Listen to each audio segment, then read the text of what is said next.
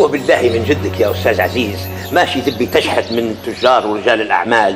تبع عاد شو بندير؟ نقعد نتفرج على عيالهم ويغمى عليهم ونساعدوا هلا مش شويه نديروا موقف. والله نحييك يا أستاذ عزيز على هذا الموقف. حييني موقف شهم ووطنية ما بعدها وطنية يا أستاذ شكرا عزيز. هذه هي الكلمات اللي ننتظر فيها من صديق العمر. نعم. صديق التمر والهنود الحمر. الله يحفظك. ربي يدفيك.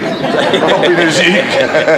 المهم ساعد هدى في الحصر وجرد العائلات اللي لا كن هاني، بعتنا راهو استدعاء لأولياء الأمور فهمتني وقريب يجوا. مربوحة زينة إن شاء الله.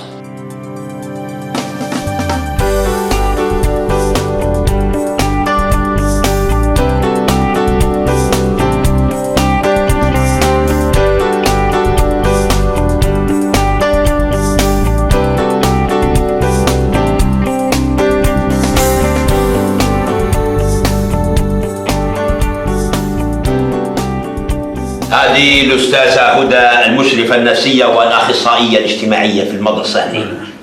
أهلا وسهلا. أهلا بك. أنا نبي نطلب منكم طلب، لو ممكن تسمحوا لي بزيارة جوزاتكم وأمهات عيالكم.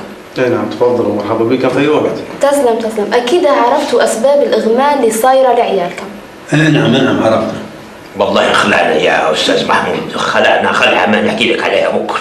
الصغار دي الأول يتلوح، الأول يغمى عليه. قلنا يا رسول الله شنية قصة شارلي هذه وصلت فينا ولا شنية، لكن طلع الموضوع حاجة ثانية. والله فضلي اشرحي لهم يا أستاذ هدى، اشرحي لهم. أنا حنشوف أمهات الطلبة ونشوف المعاملة في الحوش كيف ماشية معها، لكن الأهم من هذا كله نبي نشوف أنواع الأغذية اللي تغدوا عليها. والله ما عاد قادرين على غداهم وعشاهم، كيف نقدروا على الفطور في المدرسة؟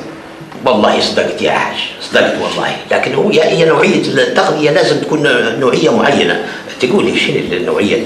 ما هو الدكتور قال هذا من سوء التغذية. أيوة بالضبط. ولازم الطلبة يتغدوا على الخضروات والفواكه.